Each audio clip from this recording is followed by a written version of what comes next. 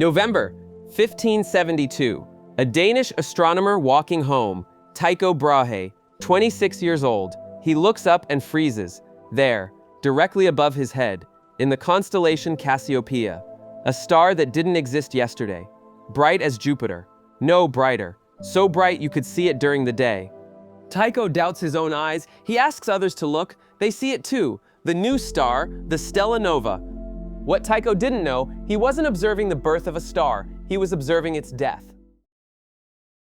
Let me tell you what this moment meant. For 2,000 years, the world believed in a truth that Aristotle had formulated. The heavens were unchangeable, eternal, perfect. Only on Earth, in the corrupt mortal world beneath the moon, did changes occur. The stars, they were forever.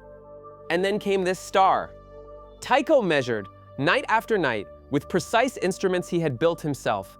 He proved this star was not in the atmosphere, not a comet's appearance. It was out there, among the fixed stars, in the unchangeable heavens. The heavens had changed. For 16 months, the star shone, slowly fading. In March 1574, it disappeared. All that remained was a question. What was that? Today, we know 13,000 light years away, a thermonuclear explosion, a white dwarf, the dead core of a star, exploded. A Type 1a supernova. The energy, as much as our sun radiates in 10 billion years, in a single moment. For 453 years, we studied this remnant, the Tycho supernova remnant. We thought we understood it. We were wrong. Have you ever seen a new star in the sky? Write it in the comments. 2025, 43 years after Tycho's observation. A scientist named Noam Soker analyzes new images, high-resolution data, pictures from telescopes Tycho couldn't even dream of. And there, he sees something. Two protrusions on either side of the main shell, like ears. Small details, easy to overlook, but Soker recognizes something. These ears, he's seen them before, in 3 other supernovae: Kepler, SNRG 299-2.9, SNRG 1.9 plus 0.3, all the same type, Type 1a, and all with the same secret. What these ears mean, science only understood in recent years. They are the signature of something forgotten, something that should be there but shouldn't be possible. A planetary nebula. Let me explain this. When a star dies, a star like our sun, it swells up, becomes a red giant, casts off its outer layers. This shell of gas and dust, that's a planetary nebula, one of the most beautiful sights in the universe. But these nebula, they fade away. After a few 100,000 years, they dissolve, disappear into interstellar space. Theory said when a white dwarf explodes, this happens millions of years later, long after the nebula has vanished, in empty space.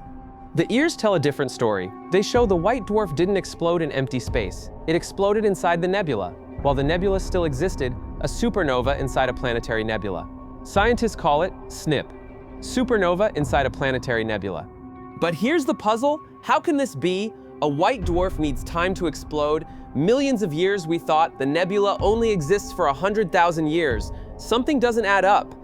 Do you believe there are more hidden secrets in space? Like this video if you do.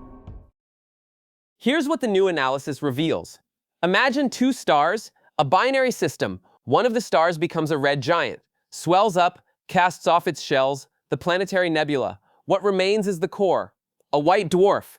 But the second star is still there, also a white dwarf, and the two come closer together. They begin to merge, not through accretion, not through slowly collecting material, but through direct collision, core-degenerate scenario. The white dwarf plunges into the outer layers of the giant star, spirals inward, merges with the core, and then delay. Not millions of years, not even 1,000 years, weeks, maybe years, maybe tens of thousands. Just enough time that the nebula still exists. And then ignition. The merged cores reach critical mass, critical density, temperature rises, 1.4 solar masses compressed to the size of Earth. The carbon fire begins, a thermonuclear chain reaction. The star explodes. But this time, not in empty space. This time, inside the nebula.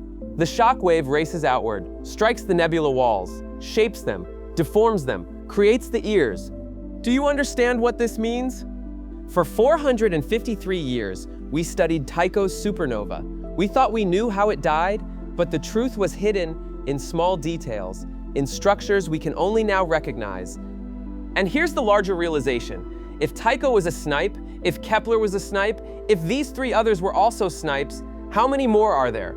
The preliminary estimate? 70 to 90% of all Type 1a supernovae might be SNIPes. 70 to 90%. Almost all of them. That means our fundamental assumption, how white dwarfs explode, when they explode, where they explode, was possibly wrong. Not completely wrong, but incomplete. The supernova that Tycho Brahe saw that helped him overthrow the old worldview is overthrowing a worldview again, our own.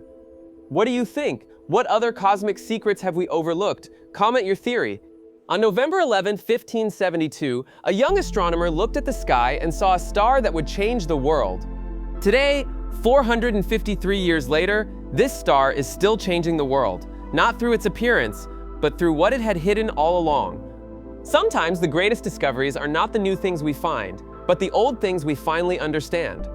Did you like this story? Subscribe for more hidden secrets of the universe.